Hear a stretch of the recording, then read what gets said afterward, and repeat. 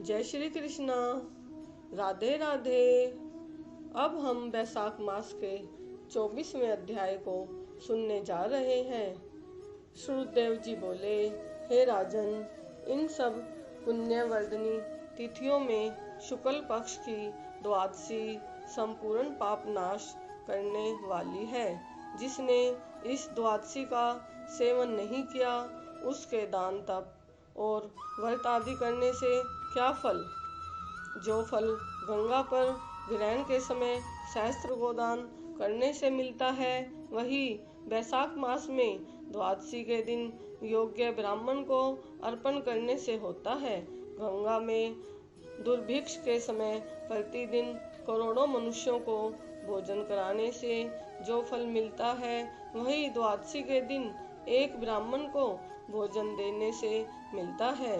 जो शुक्ल पक्ष की द्वादशी के दिन एक चुटकी अन्न भी सुपात्र ब्राह्मण को देता है, उसे कोटि ब्राह्मण भोजन का फल मिलता है। जो मधु सहित तिल के पात्र का दान द्वादशी के दिन करता है, वह संपूर्ण बंधनों से छूट विष्णु लोक को चला जाता है। शुक्ल पक्ष की एकादशी के दिन जो रात्रि में जागरण करता है, वह जीते जी ही मुक्ति पाता है और उससे सब देवता प्रसन्न रहते हैं। करोड़ों सूर्य ग्रहण और चंद्र ग्रहणों में जो तीर्थों में स्नान आदि करने से फल मिलता है, वही एकादशी के दिन प्रातःकाल स्नान करने से मिलता है। जो मनुष्य द्वादशी के दिन तुलसी के कोमल पत्रों से विष्णु भगवान का पूजन करता है, वह अपने 7 कुलों का उद्धार करके विष्णु लोक को जाता है। जो कोई वैशाख में द्वादशी के दिन गाय के बच्चे सहित गोदान करे, वह अपने कोटि कुलों का उद्धार कर विष्णु लोक का अधिकारी होता है। जो कोई शुक्ल पक्ष की द्वादशी के दिन यम, पितृगण, गुरु, देवता और विष्णु भगवान के निर्मित दक्षिणा सहित जल का घड़ा दान करे, दही और अन्न भी दान करे, उसका फल सुनो।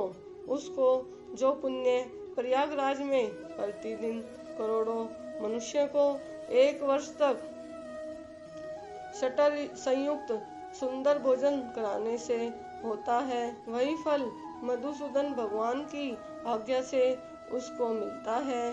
जो कोई द्वादशी के दिन शालिग्राम दान करता है, वह संपूर्ण पापों से छूट जाता है। जो ग्रहण के समय गंगा में सप्त दीपवती पृथ्वी का करोड़ बार दान करे, उसके समान ही फल मिलता है। द्वादशी के दिन जो मधुसूदन भगवान को दूध से स्नान कराए, उसे राजसूय और अश्वमेध यज्ञों के समान फल मिलता है। वही फल गंगा में मिलता है, इसमें संदेह नहीं। त्रयोदशी के दिन जो दूध और दही मिलाकर विष्णु भगवान का पूजन करे, उसमें शक्कर, मधु और घृत मिला मधुसूदन भगवान की प्रसन्नता के लिए भक्ति पूर्वक पंचामृत से भगवान को स्नान करावे, वह अपने सब कुलों का उद्धार कर विष्णु लोक को जाता है। जो सायंकाल के समय विष्णु भगवान की प्रसन्नता के निर्मित शरबत दान करे, उसके पहले के पाप ऐसे दूर हो जाते हैं जैसे सर्प अपनी पुरानी केचुली छोड़ देता है। सायंकाल के समय जो रसीली ककड़ी दान करे, वह उसके रस के प्रताप से कर्म बंधनों से मुक्ति पाता है। जो कोई ईख अथवा आम दान करता है, उसके कुटुंब में 100 पीढ़ी तक बराबर संतान चलती रहती है। जो द्वादशी के दिन सायंकाल के समय चंदन आदि दान करे, वह आने वाली व्याधियों से सदैव मुक्त रहता है। हे राजन, द्वादशी के शुक्ल पक्ष में जो कुछ भी पुण्य किया जाता है, वह अक्षय फल का दाता होता है। हे राजन, इसकी प्रख्याति क्यों हुई, यह भी मैं तेरे सामने कहता हूँ। इसके सुनने से संपूर्ण पाप दूर हो जाते हैं और अत्यंत मंगलकारी है। प्राचीन समय में कश्मीर देश में एक देवव्रत नामक ब्राह्मण हुआ। उसकी मालिनी नाम की एक पाप रूपी पुत्री हुई। वह कन्या सत्यशील नाम के एक बड़े विद्वान ब्राह्मण से ब्याही गई। उससे विवाह करके वह अपने यम नाम देश को चला गया। वह रूप यौवन संयुक्ता कभी भी पति की प्रिय न हुई और वह निष्ठुर उससे सदा द्वेष रखती थी। उसके अतिरिक्त किसी से भी कुछ द्वेष नहीं रखती थी। अपने पति पर क्रोध कर वशीकरण करने की इच्छा से उसने अन्य स्त्रियों से पूछा, जिनको पहले उनके पतियों ने त्याग दिया था। तब वे बोली, तेरा पति वशीभूत हो जाएगा, हमें अच्छी तरह विश्वास है। हमने तो वशीकरण की औषधि से अपने पति को वश में कर लिया है। तू योगिनी के पास जा, वह सुंदर औषधि दे देगी। तू सोच विचार मत कर, तेरा पति तेरे दास के समान हो जाएगा। तब हे राजन, वह उनके कथानुसार योगिनी के मंदिर में जा योगिनी को अत्यंत प्रसन्न करने लगी तथा वह दुराचारणी बहुत शीघ्र ही उस कुटी में पहुंची जहाँ 100 स्तंभ बने हुए थे। वह कुटी बहुत लंबी चौड़ी कांतिमान थी। उसके चारों ओर झालरदार कपड़ा लगा हुआ था जिसमें गोटा किनारी लगा हुआ था। बड़ी बड़ी दीवारों में चारों ओर सफेदी हो रही थी, दीपक जगमगा रहे थे। ऐसे शोभायमान जगह में विराजित सेवा करने को आने वालों को देख रही थी। रुद्राक्ष की माला से जप कर रही थी। इस प्रकार योगिनी से जब उस स्त्री ने प्रार्थना की तब योगिनी ने प्रसन्न हो मन को शोभ कराने वाले मंत्र बतलाए। तब उसने नमस्कार कर पैर की हीरों से जड़ी हुई अंगूठी जो बहुत चमक रही थी भेंट की, जिसमें सुंदर जड़ा हुआ सुवर्ण सूर्य की कांति के समान प्रकाश देता था। पांव की अंगूठी देख योगिनी अत्यंत प्रसन्न हो गई। पति के अपमान से दुखी हृदय का वृतांत जान हित की बात कहने लगी। यह रक्षा चूर्ण संपूर्ण प्राणियों को वश में करने वाला है। यह चूर्ण अपने पति को दे उसकी ग्रीवा की रक्षा करना, जो तेरे पति तेरे वश में हो जाएगा और किसी के पास नहीं जाएगा तथा तेरे दुष्ट चरित्रों को देखकर भी कुछ नहीं कहेगा। वह उस चूर्ण को लेकर अपने घर आ गई और संध्या समय दूध में मिलाकर अपने पति को चूर्ण दे दिया और ग्रीवा की रक्षा कर दी। कुछ विचार न किया। हे राजन, उस चूर्ण को पीने से उसे क्षय रोग हो गया, जिससे वह दिनों दिन क्षीण होने लगा और उसके गुह्य स्थान में दुष्ट घाव होने से कीड़े पड़ गए। जब कुछ दिन में पति की ऐसी दशा को देखा तो वह दुष्ट पाप रूपी इच्छा पूर्वक विचरने लगी। तेज क्षीण हो जाने से व्याकुल इंद्री वाला वह पति रात दिन तराही तराही पुकारने लगा और बोला, हे शोभने, मैं तेरा दास हूँ, मैं तेरी शरण में हूँ, मेरी रक्षा कर, मैं पर स्त्री की इच्छा नहीं करता हूँ। हे राजन, अपने पति के ऐसे वृतांत को सुनकर बहुत घबराई और सोचने लगी, पति जीवित रहेगा तो मैं गहने कपड़े पहनती रहूंगी। ऐसा सोच दौड़कर वह योगिनी के पास गई और उससे सब वृतांत कहा। तब उसने पहली औषधि का दाह शांत करने के निमित्त दूसरी औषधि दी। औषधि के देते ही तुरंत उसका पति ठीक हो गया। जिससे पहले चूर्ण से उत्पन्न हुआ था दाह, इससे शांत हुआ। तब से पति घर में ही रहता था और उसके वशीभूत हो गया था। घर के काम के बहाने से उपपति घर में आकर निवास करते थे। इसी प्रकार सब जाति के व्यभिचारी मनुष्य घर में आते रहते थे, परंतु उसे स्त्री के आगे कुछ भी कहने की शक्ति न थी। इसी पाप के कारण उसके शरीर में भयानक पाप नाशक कीड़े पड़ गए। उन कीड़ों ने उसकी नाक, जिह्वा और दोनों कानों में छेद कर दिए। स्तन कट गए, उंगलियों की ठोंठ बंध गई और पांवों से लूली हो गई। ऐसे कष्ट भोगकर अंत में देह त्याग नरक भोगने लगी तथा 15 सहस्त्र वर्ष तक ताम्रभांड नामक नगर में दग्ध होती रही। फिर 100 जन्म तक बार बार कुत्ते की योनि में पड़ी रही। नाक कट रही थी, कान फटे हैं, मस्तक में कीड़े पड़ गए थे, पूंछ कटी हुई थी, टांग लंगड़ी हो गई थी। इस दशा में वह घर घर घूमती थी। पीछे 100 वीर देश में पद्म बंधु नामक ब्राह्मण की दासी के घर कुतिया बनी और अत्यंत दुख से व्याकुल, कान टूटे, नाक कटी फटी और पूंछ छिन्न भिन्न, मस्तक में कीड़े भरे रहते थे तथा योनि में भी कीड़े पड़े रहते थे। इस प्रकार उस जन्म में भी अनेक क्लेशों को सहन करती थी। देव योग से जब कर्म फल पूरा हो गया तो बैसाख में मेष की संक्रांति में शुक्ल पक्ष की द्वादशी के दिन पद्म बंधु का पुत्र नदी में स्नान कर पवित्र हो गीले वस्त्रों से घर आया। वहां तुलसी स्तंभ के पास उसने अपने चरण धोए।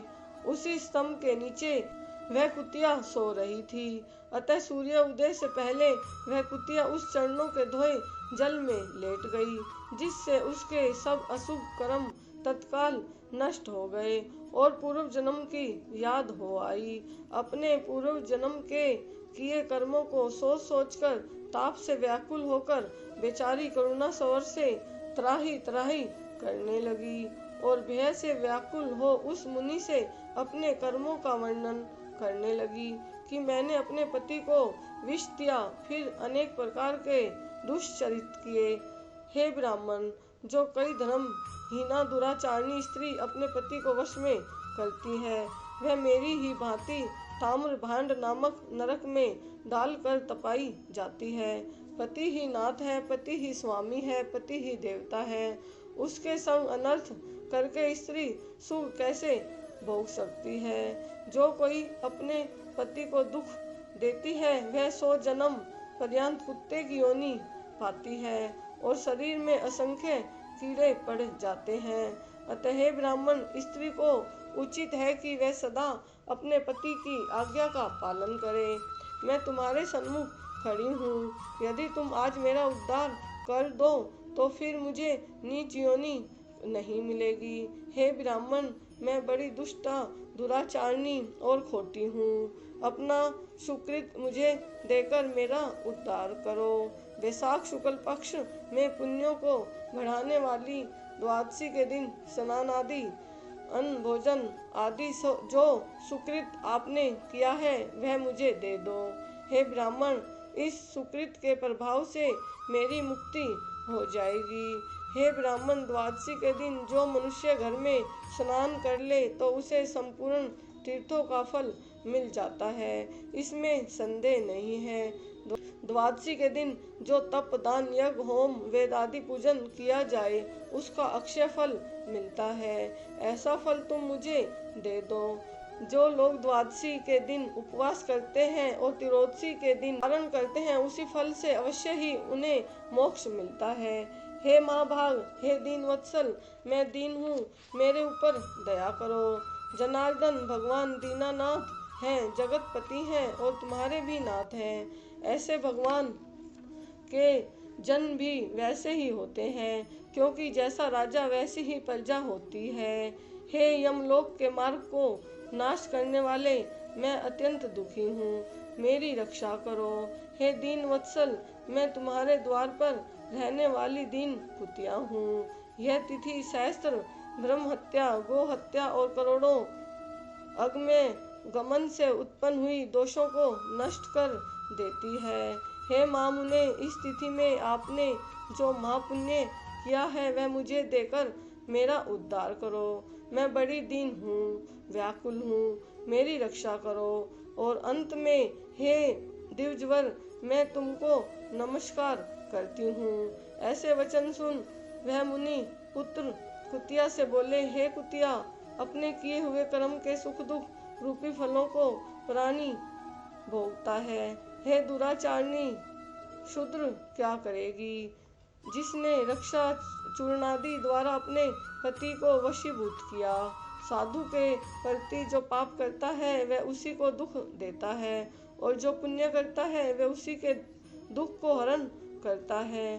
पापी के लिए मनुष्य जो कुछ करता है वह पाप और पुण्य दोनों को नष्ट करता है। जैसे मिश्री मिला दूध शराब को पिलाने से केवल विष ही बढ़ता है, ऐसे ही पाप कर्म है। जब मुनि पुत्र ने ऐसा कहा तब कुतिया अत्यंत दुख पा ऊंचा मुख करके चित्कार करने लगी और उसके पिता से कहने लगी, हे पदम बंधो, तुम्हारे द्वार पर पड़ी हुई मैं कुतिया हूँ, अतः मेरी रक्षा करो। मैं तुम्हारी झूठी रोटी नित्य खाती हूँ, मेरी रक्षा करो, क्योंकि गृहस्थी महात्माओं के घर पर जो पड़े हैं उनका उद्धार करना आवश्यक कर्तव्य है, ऐसा वेद वेताओं का मत है। चांडाल कुत्ता ये सदा गृहस्थों के दया पात्र हैं और बलि भोजी है। अपने पाले हुए असमर्थ रोग से पीड़ित का जो उद्धार नहीं करते वे अवश्य ही नरक में पड़ते हैं, इसमें संदेह नहीं। यह वेद वेताओं का मत है। सब संसार का कर्ता एक ही परमात्मा है। वह सबको रचकर स्वयं सब जीवों को दारादि रूप से पालन करता है, अतएव अपने पाले हुए की रक्षा करना भगवान की आज्ञा है। उस पोष्य रक्षा रूप भगवान की आज्ञा को उल्लंघन कर जो अज्ञानी बने हैं वह भगवत कोप से अपने सर्वस्व को नष्ट कर अंत में नरकगामी होते हैं। यह कर्म कर्तव्य है और तुम दयालु हो, अतएव मुझ दुर्बुद्धि का उद्धार करो। घर के भीतर दुख से आर्त कुतिया के ऐसे वाक्य सुनकर पदम बंधु शीघ्र ही घर से बाहर आए और कुतिया से पूछने लगे, क्या बात है? तब पुत्र ने सब कथा वर्णन की तो अपने पुत्र के वचन सुन विस्मित हो कहने लगे, मेरा पुत्र होकर तूने यह क्या कहा? हे पुत्र, साधुओं को ऐसा वाक्य कहना अनुचित है। अपनी ही आत्मा का सुख देने वाली पापी औरों से तिरस्कृत किए जाते हैं। हे पुत्र, देखो, संपूर्ण प्राणी परोपकार के ही लिए हैं। चंद्रमा, सूर्य, पवन, पृथ्वी, अग्नि, जल, चंदन, वृक्ष और महात्मा लोग सभी परोपकार में स्थित हैं। हे पुत्र, दधीचि ने देवताओं के उपकार के लिए दैत्यों को महाबली जान अपनी हड्डी निकाल कर दे दी थी। राजा शिवी ने कबूतर के बदले अपना मांस काट कर दे दिया था। जब भूखे शेन ने कबूतर के ऊपर छलांग मारी थी, जीमूतवाहन नामक एक राजा पृथ्वी मंडक पर हुआ था। उसने भी महात्मा गरुड़ के लिए अपना जीवन दिया था। अतः विद्वान ब्राह्मण को तो सदा ही दया करनी चाहिए। मेघ शुद्ध स्थान पर बरसता है तो क्या शुद्ध स्थान पर नहीं बरसता? क्या चंद्रमा चांडाल के घर प्रकाश नहीं करता? इसलिए बार बार प्रार्थना करती हुई इस कुतिया के दुख को अपने पुण्य के प्रभाव से दूर करूंगा। जैसे कीचड़ में फंसी गौ को निकालते हैं, इसी प्रकार पुत्र को समझाकर स्वयं पदम शर्मा ने प्रतिज्ञा की, हे कुतिया, मैं तेरे निमित्त द्वादशी के दिन का पुण्य देता हूँ। तू अपने सब पापों से छूट विष्णु लोक को जा। इतना कहते ही हे राजन, वह कुतिया अपने कमजोर शरीर को त्याग कर दिव्य वस्त्र आभूषण पहन सो सूर्य के सदृश प्रभाव वाली सावित्री के समान हो ब्राह्मण से आज्ञा मांग दसों दिशाओं में प्रकाश करती चली गई। स्वर्ग में अनेक प्रकार के महाभोगों को भोग पृथ्वी पर नारायण भगवान के अनुग्रह से शुक्ला द्वादशी के प्रभाव से उर्वशी नाम की श्रेष्ठ अंगों वाली देवताओं की प्रिय अप्सरा हुई, जिससे योगी जन योग द्वारा प्राप्त करते हैं। ऐसे अग्नितुल्य प्रकाशित श्रेष्ठ परमार्थ रूप को प्राप्त कर संत जन भी मोहित हो जाते हैं। उसी रूप को कुतिया ने प्राप्त किया। तत्पश्चात पदम बंधु ने मधुसूदन भगवान की प्यारी पुण्य बढ़ाने वाली इस तिथि को संसार में प्रख्यात किया। करोड़ों सूर्य ग्रहण और चंद्र ग्रहण से भी अधिक पुण्य रूपी और सब यज्ञों से अधिक ऐसी यह तिथि ब्राह्मण ने तीनों लोकों में सिद्ध कर दी। अब यह 24वां अध्याय समाप्त हुआ। जय श्री कृष्णा। राधे राधे।